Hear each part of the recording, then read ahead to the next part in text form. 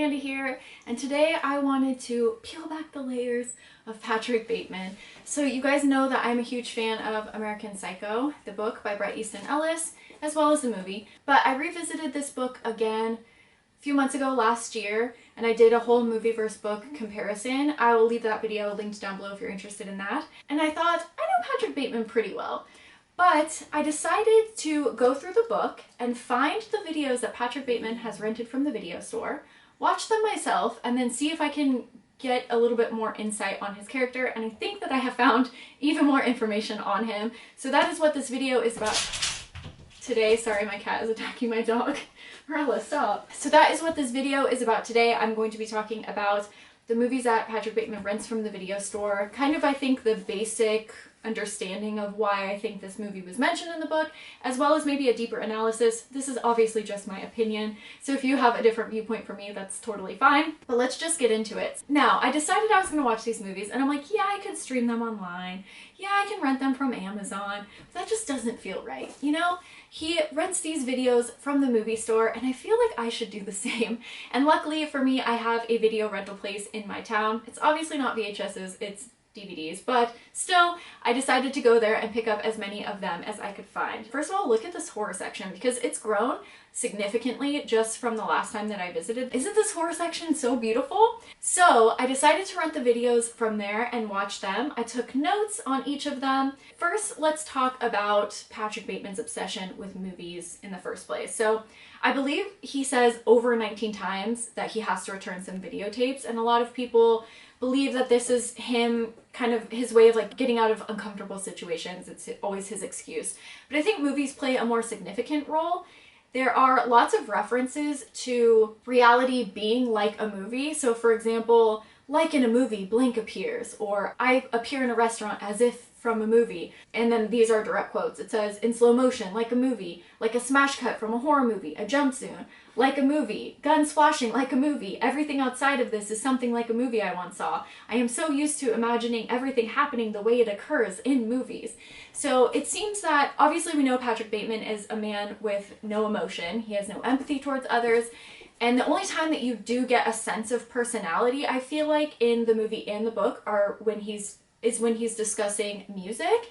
However, it's not emotive the way that he discusses it. He's not like, oh, I love this song, this is my favorite song.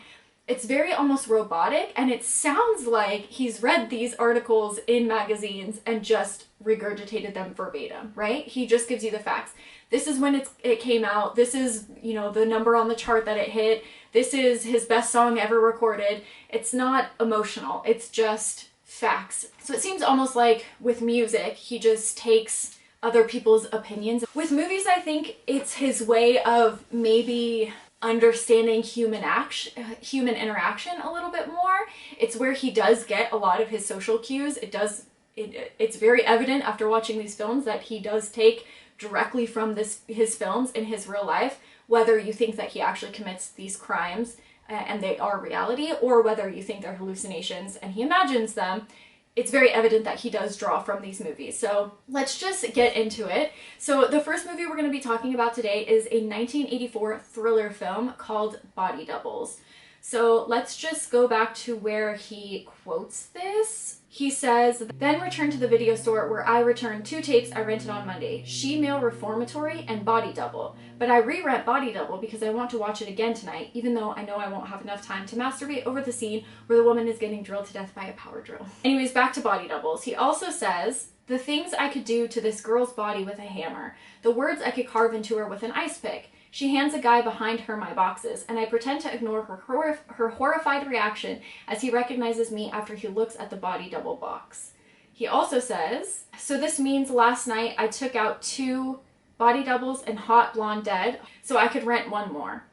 He also says about Body Doubles, I reach for Body Doubles, a movie I have rented 37 times. Okay, so this is the movie that he rents dozens of times throughout the book, and it is talked about quite a bit like you hear. Now let's get to what Body Doubles is about. Why does he rent this movie so many times? Now, if you must see Body Doubles and you don't want me to ruin this 1984 glorious classic film for you, then go ahead and skip over this part because I do have to kind of give away the plot for, I think, the analysis to make any sense.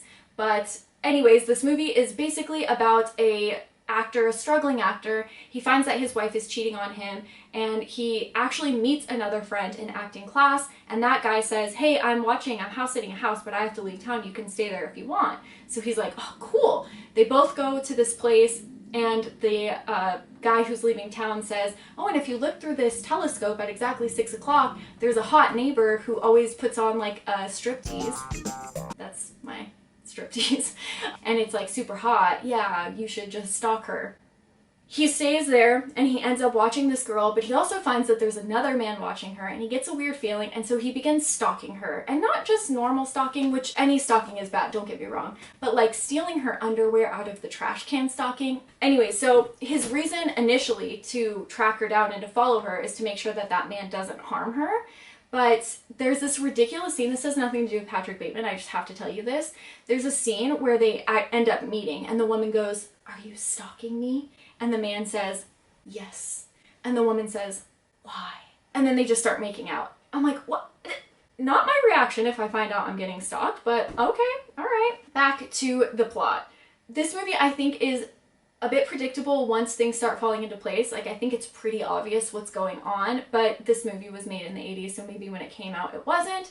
It's pretty darn slow, but everything does come together full circle in the end, and it definitely has some violence in it. So now let's talk about why I think this movie is referenced. So this is the part where I'm going to give away the plot of the film. Basically what happens is, so here's the first actor. I'm sorry, I don't remember their names, but actor 1 is the guy who's down on his luck. Actor 2 is the man who decided to go out of town, okay? It turns out that actor 2 is the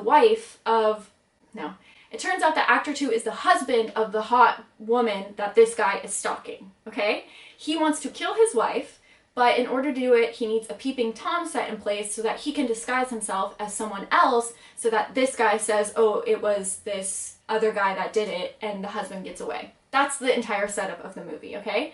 So the killer is actually the husband in disguise with a mask on. In the beginning of American Psycho, very famous scene, Patrick Bateman is literally peeling off a face mask, right? And while he's doing this, you hear a voiceover where he says, there is an idea of a Patrick Bateman, some kind of abstraction, but there is no real me, only an entity, something illusory. And though I can hide my cold gaze and you can shake my hand and feel flesh gripping yours, and maybe you can even sense our lifestyles are probably comparable, I simply am not there. So this, I think, is a metaphor for the entire book of Patrick Bateman being this like empty shell, somebody who fits in with people but isn't really, like, he doesn't even have a personality. He's not even really there. And a lot of the times he is physically there, but people don't even recognize him because everybody is like gets everybody confused because they all are the same person and the same personality, that they'll be standing right next to him and being like, oh, Patrick Bateman's such a loser, and Patrick's like, yeah. So now how does this relate to the movie? So in the beginning, he's literally tearing his mask off. In the movie, Body Doubles, the husband literally wears a mask and he's trying to mask himself to get away with the murder of his wife. Patrick Bateman wears a mask to fit in so that he can get away with the murders that he commits. He also duplicates the scene with the electric drill, but that's also in another movie too, so we'll touch on that a little bit later. But he does take pieces of these movies and uses them in real life. So now, I do want to mention that I feel like there's a little bit of contradiction here, and maybe you guys can clear this up for me. I know you guys always have really great insight. But there is a contradiction because he always wants to fit in. Like when Evelyn asks him, why are you working here? Or like, why are you doing this? He just says, I just want to fit in. Like he's very persistent on the fact that he wants to fit in. But he also wants to stand out, and maybe this is kind of like he's trying to make a character arc, but at the end remains in the same position that he started from and he's stuck. But he also wants to stand out, and it seems like no matter what he does, no matter what he says, no matter how violent he can be, he always just blends in with the crowd. So I guess you can say that maybe he uses these movies as a way to inspire his murders. Maybe he uses these movies as a way to differentiate himself from his friends by using these movies in a way to either inspire murders or inspire his delusions. I don't know what you guys think of that, but I think that the deeper meaning with Body Doubles and why he does rent it dozens of times is the fact of like having to wear that metaphorical or literal mask in order to fit in and try to blend in. Do you get what I'm saying? I think that's kind of the basis that I got from watching this movie. Next, we're going to be talking about First Blood. So this is the first Rambo film, and this came out in 1982. And I gotta tell you, I've never seen a Rambo film before, but I loved this movie. Body Doubles, I did enjoy. It was very slow, and I don't know that it's like this crazy classic film, but I did read a review that said it's a well-written B film, and I think that's like the perfect description of it, because everything does come back around, and it is like there are cool shots in it and things like that. Like I do think it's a well-made movie. I just think it's a little, you know.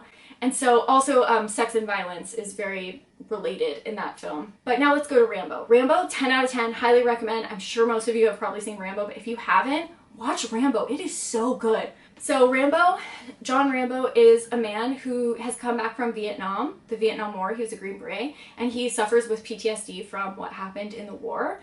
So he goes to a small town to try to find a member of his, I don't know what you call him, but like his group that was with him in war, to find that he has passed away. So now Rambo is the only one from his, is it platoon maybe, that has survived. He's in the small town and the cops are kind of harassing him, well, one cop specifically, telling him to leave, and Rambo kind of refuses to leave. He just wants to get something to eat. He ends up arresting Rambo, but while Rambo is in the courthouse, they're kind of like torturing him. They're like hosing him down with a fire hose and stuff.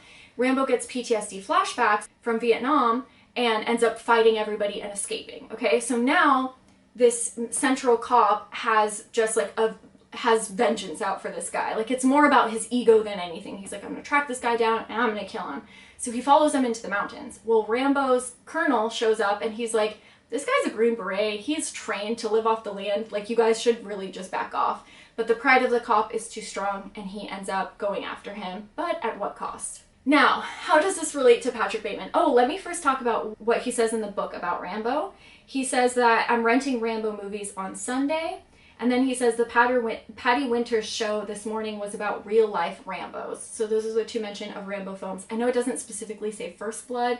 It says Rambo movies. But anyways, now how does this relate to Patrick Bateman? Perhaps this is how he wants people to see him. Resourceful, strong, I'm not sure.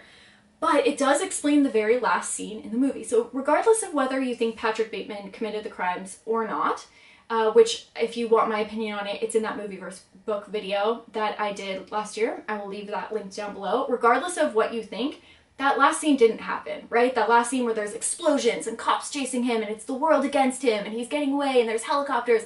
Obviously that did not happen. I think we can all agree that there are a lot of things that happen in the book and the movie that didn't actually happen, right? We have an unreliable narrator and we have no idea how to differentiate between what actually happened and what didn't, which is why it's so hard to tell what Patrick Bateman actually does and doesn't do. I think this explains the last scene of the film where he's running from cops and gunfires and explosions and it's like the world against him kind of thing. Could it also be a metaphor for Patrick Bateman's mental illness? It could be, right? Because we know that Rambo suffers from PTSD, and it could be a comment on his mental illness, how it separates him from the world. I think it's definitely a comment on his loneliness, right? Because at the end scene of Rambo, you find that he's the last one, and he feels like I come back, you know, from protecting this country, and I'm treated like crap. Everyone's protesting the war, calling me scum. I can't even keep a job because I have so many mental health issues. He really feels like the world's against him. Could it be more of a comment of like the world versus him, how he feels like everyone kind of fits this stereotypical human and he feels separate from that? I mean, honestly, it could be anything. So I don't know. Let me know what you guys think about that as well. Next up, we're going to be talking about Roman Holiday. So this is a 1953 romance movie. It says romance comedy, but I don't think there was any comedy in it. Well, maybe there was. Anyways, this movie I was not a fan of, just not my type of movie, super slow, just not a lot happening, not a fan of this. So this one is referenced, it's interesting the reference in this one though, because he rents this while he's on vacation with Evelyn. Now this is not in the movie, but it is in the book. And he says, I rented movies in town that Price didn't own, mostly comedies from the 1930s, and played them on one of the many VCRs, our favorite being Roman Holiday. So first of all, right there, he says our favorite, mine and Evelyn. Is he projecting her feelings onto his because he doesn't have like emotions of his own? It could be, but there's also some interesting things that happen in this movie as well, so let's get into those. So first of all, it's about this princess and she's like, oh boo-hoo, my life is so hard. I'm only half joking because it would suck to be a princess. She has to be like all perfect and prim and proper all the time. So basically she leaves her castle or wherever she's staying in the middle of the night, and she just wants to have like a day to herself. So she meets this man, and he takes her out on this Roman holiday. It's in Italy. The man finds out that she's a princess, right? And he wants to exploit her because he's a journalist. So he hires his friend to like follow them around and take pictures, like secret pictures of them.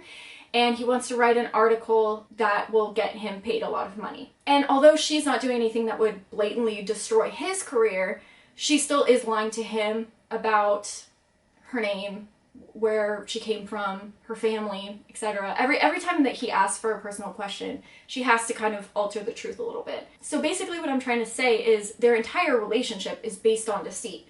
They lie to each other, they try to get what they want out of the relationship, and kind of don't really think about the other person's feelings all that much. Is Patrick Bateman trying to say that, like, this is our favorite movie, this is how our relationship is, we use each other for the things that we want, for, you know, to be seen in public together, or what have you, be a normal couple to fit in, but at the end of the day, there's nothing really there. I also do want to point out that the two main characters in this romance movie don't end up together. She goes off to do her princess stuff and he returns to his normal job. Maybe some foreshadowing on how the relationship ends up. I don't know. That movie I wouldn't really recommend. It's just, I'm not a big fan of older romance type movies. So now let's talk about The Toolbox Murders. This is a 78 horror slasher film, and this is really the only movie that's a blatant straight horror movie that is discussed in this book. Also, we're going to talk about a few other movies after this, so just bear with me for a second. What does he say about The Toolbox Murders? He says he asked if anyone has seen The Toolbox Murders on HBO, and silent tables stare back at him. So this one he doesn't actually rent from the video store. He watches on HBO. But that is actually fitting because I could not find this at my video store and I had to rent it from Amazon, so it all works out. This movie I think is pretty self-explanatory. It's about a man who has a toolbox and commits murders with it. He wreaks havoc on an apartment building. His anger seems to be directed only towards women, and women who he views as evil. I think what they are is like, I think they're like models, or I don't even want to say promiscuous. They're just maybe more flirty, and that's what he deems them. That's why he deems them as evil. There's even one woman who performed sexual acts in her house by herself, but because this man broke in and saw it, he calls her evil. So it's basically him just punishing women who don't fit what he believes a woman should be. Although they're not escorts, could this be directly related to why Patrick Bateman specifically targets escorts? Could be. But he does take specific things from this movie as well. So for instance, there is music playing during the crime so the neighbors can't hear. I honestly think Bret Easton Ellis is a genius. He wrote this in his 20s. How do you write a book like this in your 20s? And it just shows how intricate and involved the writer is. I don't think anything was mentioned offhandedly. Like, I think he actually sat down and thought about what movies to include, and I think that's evident in things like this where he pulls directly from these films. Again, there is drills used to harm people, and Patrick Bateman does emulate this, so whether it's from The Toolbox Murders or Body Doubles, doesn't really matter at that point. He's taken notes, at least, from these films. This one, again, is a lot of sex and violence combined, just like Body Doubles, so I think that's probably a reason why it was mentioned. But also, at the very end, another twist for you, we find that this is actually a true story. So now, is this a comment on whether Patrick Bateman is hallucinating, or is this his reality? Is he actually committing these crimes? Is this a comment on it? It says at the very end it's a true story. So is this like a little hint from the writer to let us know that he is in fact doing this? I don't know. One difference though, a huge difference, is that Patrick Bateman, he does harm a lot of men as well as a young boy in the book. I don't know if that's mentioned in the movie. He doesn't seem to have a specific target in his anger. It's just sort of everyone. But maybe that's more of a comment on the overall them versus me mentality of him, where he doesn't really see people as humans. Now, these aren't the only movies mentioned in the book. There are references to a few other movies, She-Male Reformatory, and when I googled this, it does have an IMDb page, but it doesn't have any information on it. So that is a movie that he did rent that I was unable to watch. He does also mention another movie, Blonde Hot Dead. Yeah, this I can't find either. So I think this one is a fictional movie. I don't think that it exists. So those are the only movies that he rented that I was unable to get. But he also does reference other movies, not ones that he rented specifically, but I just thought that they would be interesting to mention. So first of all, he does talk about 2 Patrick Swayze movies in reference to the Patty Winter Show. One was Dirty Dancing. Let me find what the name of the other one was. Tiger Warsaw. So again, I don't think these have anything to do with this video, but in case you want to watch every movie that was mentioned in American Psycho, I thought that I would bring them up for you. Did I already say I like the part in Body Doubles where the woman gets drilled by the power drill in the movie? The best. He also references Pretty in Pink, but he uses it as a way to make fun of a woman by saying like, oh, well, her favorite movie is Pretty in Pink. There's also Price, who makes fun of Evelyn's friend. This is a girl, Evelyn told me, who rented High Noon and thought it was a movie about marijuana farmers. So High Noon is mentioned.